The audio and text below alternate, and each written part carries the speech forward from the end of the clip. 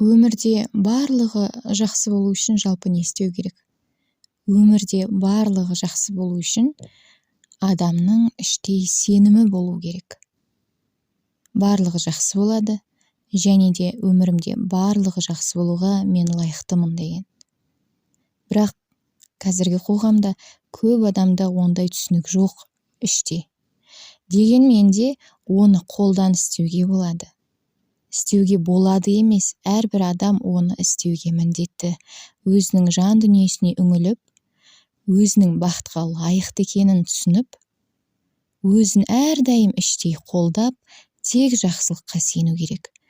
Жақсылыққа сенгенінің айғағы ол адамның бір істі бастағаны. Егер де сіз шынымен де жақсылыққа сенсеңіз, сіз құр қол отырмайсыз.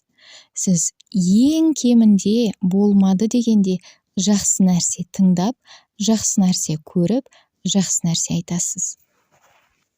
Себебі адамның назары неге түссе, өмірде оның сол дүние көбейеді.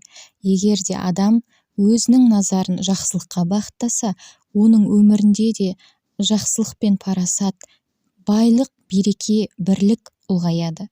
Ал керісінше жаманға үңілген сайын, сол жамандықтың құзына қалай түсіп кеткенін өзі де байқамай қалады.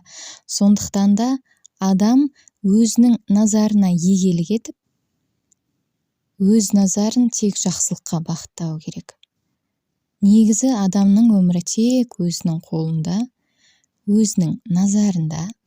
Сондықтан қолыңыздағы байлықты тиімді, дұрыс пайдаланып, бақытты ғұмыр кешуге дайын болыңыз, үйреніңіз.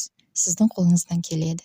Себебі сіз сол үшін, бақытты болу үшін жаратылған жансыз. Әрбір адам бұл дүниеге бақытты болу үшін келеді. Әрбір адамды Құдай бақытты болсын деп осы әлемге жіберді.